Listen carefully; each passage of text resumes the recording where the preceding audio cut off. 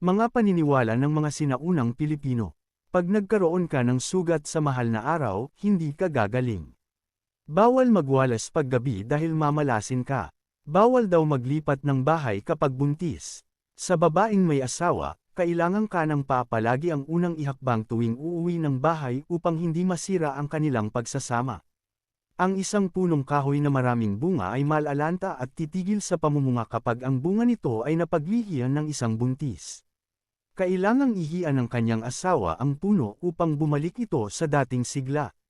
Masamang magpatong ng sapatos sa mesa sapagkat nagdadala ito ng kamalasan sa buhay o pag-aaway sa pamilya. Mamalasin ang sinumang magsusuot ng baligtad na medyas.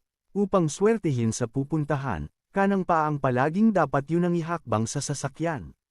Kapag ikaw ay nakalabag sa batas trapiko, halikan mo ang iyong mga daliri at upuin ang bubong ng iyong sasakyan upang